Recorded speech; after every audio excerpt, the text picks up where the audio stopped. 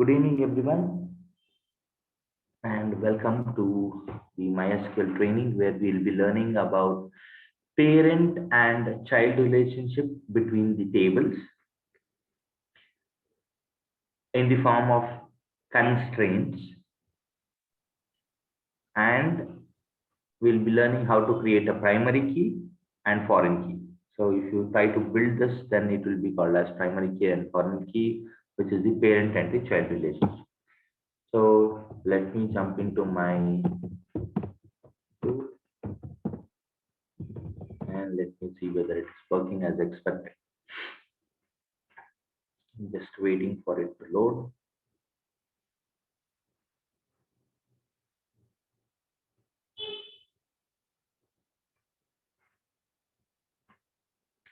I don't know, from 2 days it's gone down.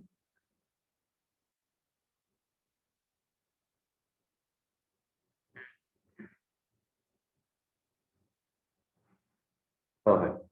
Now, as usual, show tables, show databases. Every command is taking some time. So I have no databases as of today. All these are the built-in schemas.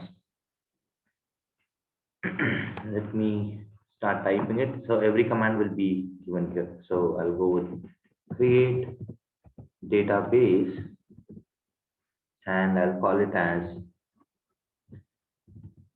constraint example.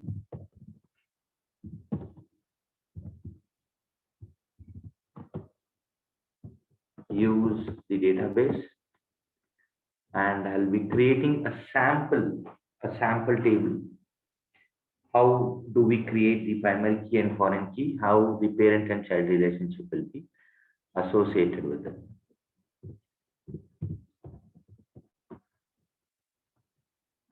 Perfect. I'll take the support of a notepad. Select all these commands. Perfect.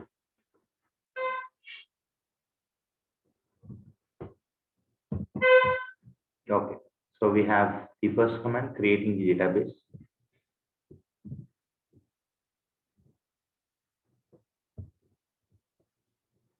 Then use. I'll be creating a very simple table. Create table T1, which will have two columns. Very simple. It will have the ID column. And just give me a second. I'll pause this.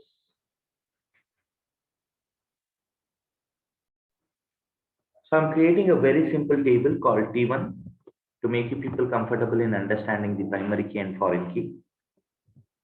ID is the name of the column, which will be of type integer, which accepts only number. And then a name, which accepts characters. Okay. But while creating, we should specify the constraint, primary key. Now I'll take the pointer for your reference. This is the primary key column. I'll use describe T1. This is also a command. Let me create this.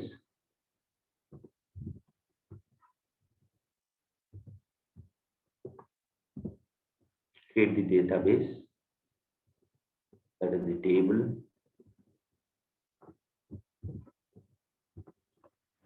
I want to describe it. Now you see something here. Key is primary key. You can see this one. Null, it says no, but what is the default value? It says null. So now, primary key column, this one, will accept unique values only. If you try to insert any other value, it won't. Insert into T1 values ID 1, the name John.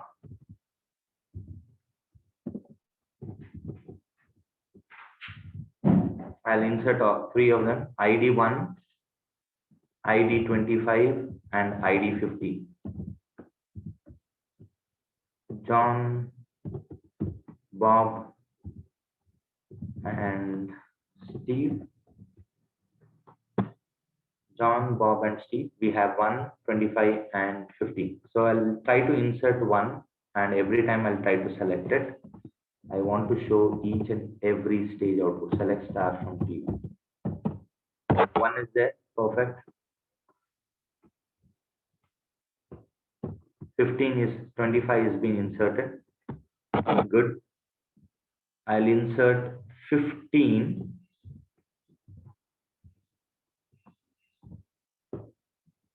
One thing what you have to observe, it is automatically sorted. It is automatically sorted. Okay. We have many more things like this. Let's concentrate on primary key column, which now let's try to add. Hope my voice is still the same, clear and loud. I want to add 10 with John. Will it take? Yes, it will.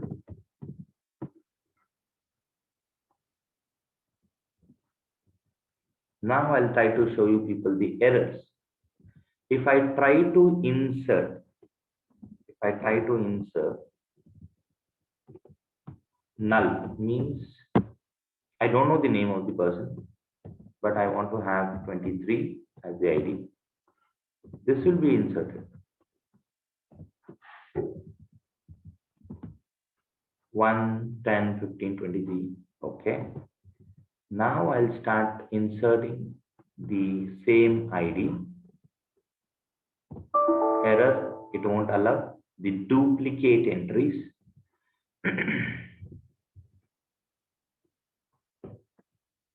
It won't allow null value. It cannot be left blank. You cannot repeat the values in it. Primary key is a column which accepts unique values, and it won't allow the null values also.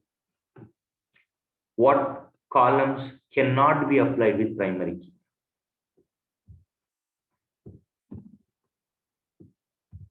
No to primary key if it is name, gender, city. Correct? It gets repeated. Name, gender, city, the surname, the pin code. Never ever try to make these as primary keys. What could be treated as a primary key? Your PAN number is a primary key. University seat number, USN, is a primary key. Your Aadhaar is a primary key. Your email ID can be treated as a primary key because we'll never have an email ID repeated. So these are some of the examples what could be treated as a primary key. The possible one is also mobile, but I don't treat it as primary key. It depends on some of these scenarios, but for now, yes, we can. These are the primary keys. We'll try to see the real world examples for sure, but for now, let's concentrate on this column. How can it be a foreign key, and what's the use of it, and how it affects our data model? So I'll be creating a table T2, and this time I'll call it as any field name, that's fine. I'll call it as key int. The data type should match. The second column will be city. Don't go by anything, just concentrate on the data, how it flows. Now in the table 2,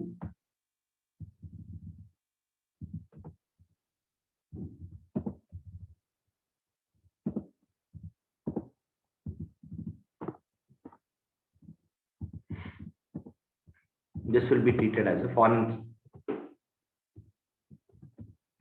foreign key. When I say that this column is a foreign key, you need to specify the keyword references.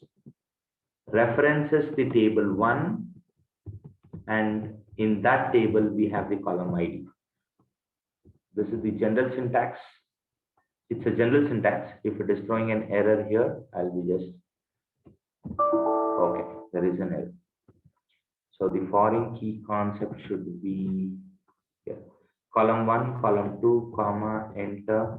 We need to specify the foreign key, and the current table is key, which is treated as a foreign key, which references table 1 ID column. I got the same error on the previous day also, but I'm not sure what correction I did.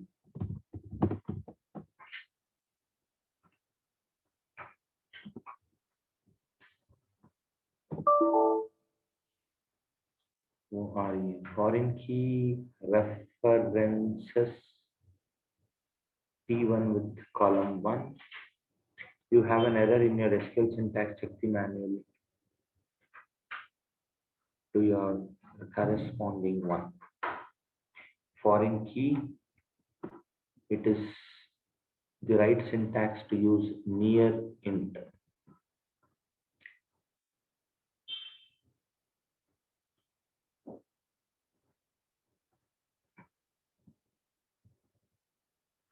Is it because of extra space? I'm not sure.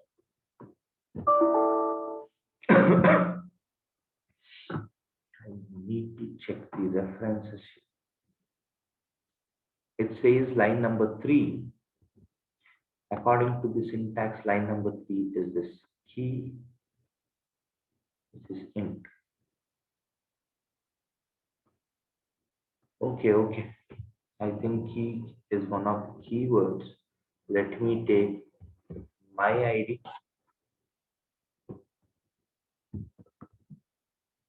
I'm just changing the column name in the table too. Perfect, it works. The reason was the column name key. Now, if I describe this, let's see whether we have something to offer. Null, you can see this value, MUL. That is the foreign key. So I'll discuss this on that keyword. Now, what will be the effect of the output of this? When we have a column referring to ID, if you get a value, it should be one of the values from this table. To understand better, let me go into the tool. I'll select star from. What is the ID I have? 1, 10, 15, 23, 25. If I insert into the table 2, it should be one of the values. Insert into T2 values. It should be one of these values. 1, 10, 15. I'll go with 15 now. Comma. City, I'll go with A. Don't worry about this value, second column. Insert into this.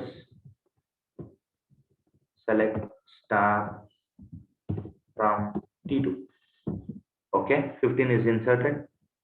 Great. Let me try to insert 3 times. Will it allow? Yes, it should allow because it's a foreign key. Foreign key can be repeated, but it should be coming from the parent table. Yes, this is allowed. Perfect. I'll try to insert 225.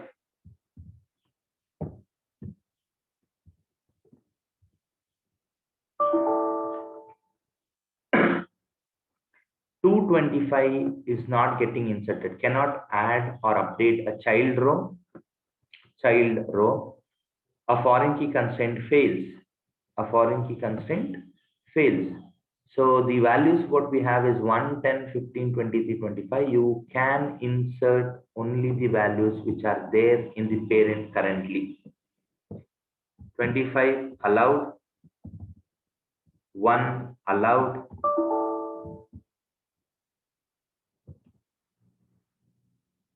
I can have 23 allowed. If I try to insert any other value, if it is not present in the parent, it won't be inserted. Select star from T2. So I can insert only the values. In parent, it won't allow the repetition, but in child, you can repeat, but it should be one of the values coming from the parent. It should be one of the values coming from the parent. T1 is the parent. T2 will be treated as a child. The name of the column can be different, but the values and the data type should be matched. So this is how you create the parent and child table relationship in SQL. Thank you. And just go with, thank you. So I've resumed the recording. I want to create a library database where I'll be explaining you people how primary key and foreign key can be achieved here. So I want tables, nothing but customer, entity. I want books table.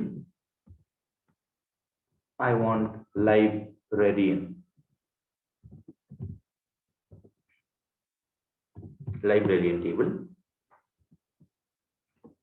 All these are independent individual entities.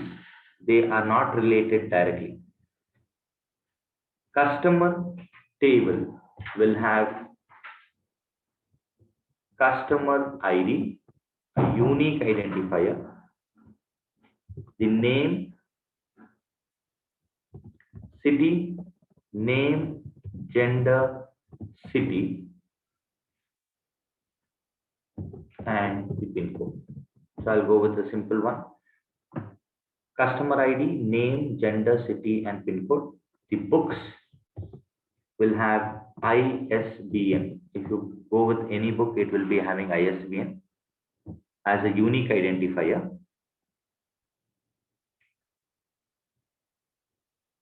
The name of the book, author of the book, the category which it belongs to, publisher, and the cost, what it has. Publisher and published year. Let's have some date configuration also.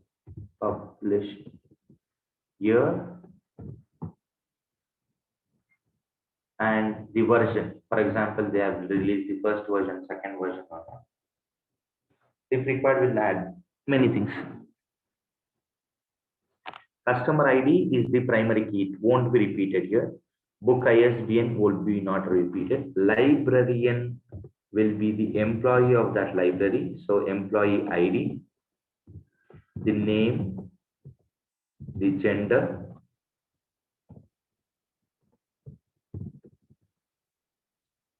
the city, and the pin code.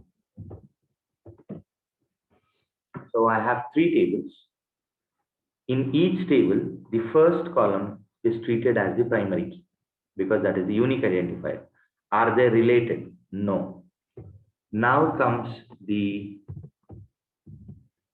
borrower table, which will have basically 3 major informations. The one who is taking the book, that is the customer ID, the book ISBN, and then the employee who issued it, because we should know who issued it. Okay. Customer ID, ISBN, employee ID. So this is the table. Here there are 3 columns which will be foreign key. Customer ID from customer, ISBN from books, and employee ID from library. So you might have a different name, that's different one. If you want, I'll call this one as borrower ID, but this comes from the customer ID itself. ISBN, borrowed ISBN, and the issuer ID.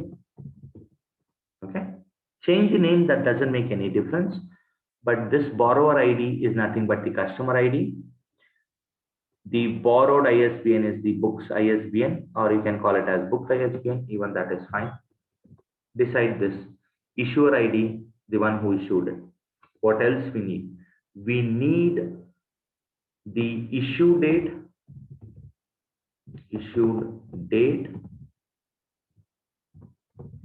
return date. Okay. Issue date and return date. And if there are any penalties on it. But how do I identify this unique borrowers table? This will have an issue ID, issued underscore ID, and this will be treated as the primary key.